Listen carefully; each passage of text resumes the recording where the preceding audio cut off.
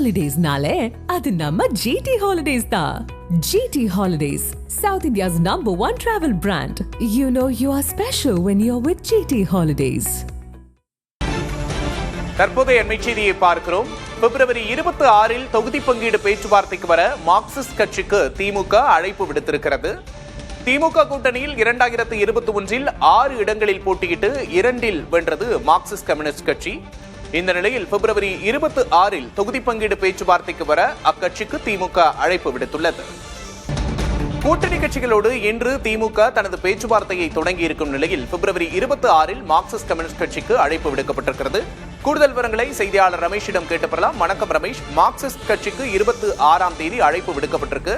Marxist communist கட்சியோட கோரிக்கைகள் எல்லாம் என்னென்ன, கூடுதல் விவரம்?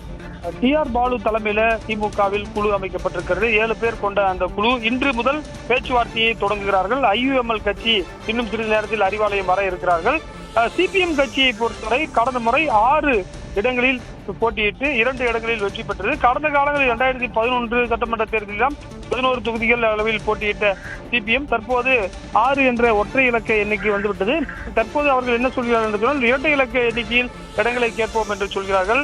அது கட்சி தலைமை என்ன முடிவு செய்யும் என்பதை பொறுத்திருந்து பார்க்க வேண்டும். கடந்த முறை நாகை, மாலி உள்ளிட்ட 2 எம்எல்ஏக்கள் மட்டுமே சட்டப்பேரவைக்கு வந்தார்கள். 2016 சட்டமன்றத்தில் குறிப்பாக ஒரு எம்எல்ஏ கூட சிபிஎம் கட்சி வெற்றி பெற முடியவில்லை, மக்கள் நல கூட்டணி அமைத்த காரணத்தால். இது போன்ற பல சிக்கல்களை கடந்து தற்போது சிபிஎம் கட்சி வந்திருக்கிறது. எம்பி தேர்தலில் 2 இடங்களில் திமுக சார்பில் கொடுக்கப்பட்ட 2 இடங்களிலுமே எம்பி ஆகி 2 சிபிஎம் எம்பிக்கள் இருக்கிறார்கள்.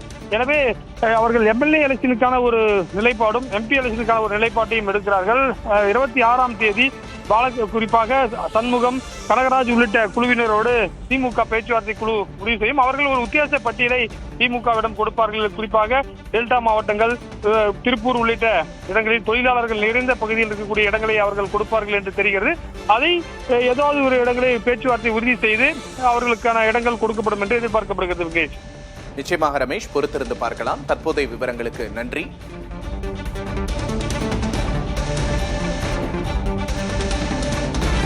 திமுக கூட்டணியில் முதல் கட்சியாக ஐயுஎம்எல்லோடு இன்னும் சற்று நேரத்தில் பேச்சுவார்த்தையை தொடங்குகிறது திமுக கூட்டணி பேச்சுவார்த்தை குழு. இந்த நிலையில் மார்க்சிஸ்ட் கம்யூனிஸ்ட் கட்சிக்கு பிப்ரவரி 26ஆம் தேதி பேச்சுவார்த்தைக்கு வர அழைப்பு விடுக்கப்பட்டிருக்கிறது. நாளை தொகுதி பங்கீடு பேச்சுவார்த்தைக்கு வர மதிமுகவுக்கும் திமுக அழைப்பு விடுத்திருக்கிறது. திமுக கூட்டணியில் முதல் கட்சியாக ஐயுஎம்எல் கட்சிக்கு இன்று அழைப்பு விடுக்கப்பட்டிருக்கிறது.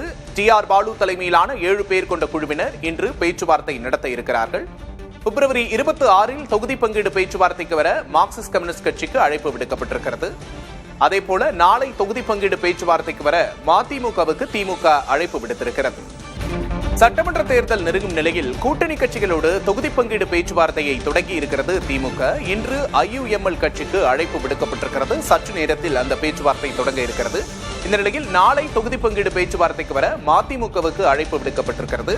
திமுகவிடம் இரட்டை இலக்கத்தில் தொகுதிகளை கேட்க மதிமுக முடிவு செய்திருக்கிறது. நாளை மதிமுகவோடு திமுக தேர்தல் குழு தொகுதி பங்கீடு குறித்து பேச்சுவார்த்தை நடத்த உள்ளது.